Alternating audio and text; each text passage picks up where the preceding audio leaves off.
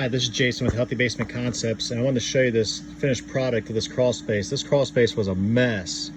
This house is built in 1850s. It has wood timbers for the actual joists.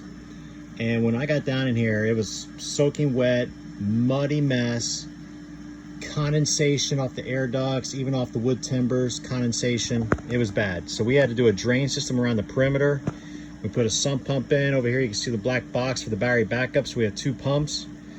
We have a dehumidifier to control the air quality down here and the humidity.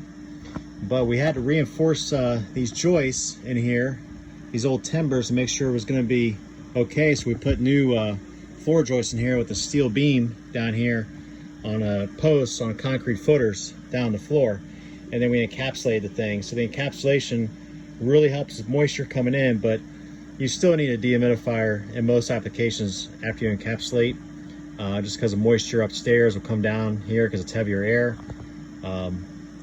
But tremendous turnaround in this crawl space. I could already feel a difference just a couple days later down here, and it's going to continue to dry out with this dehumidifier. It's still at 61% down here, but it will get it down 50, 45% where we want it to be. So that's it.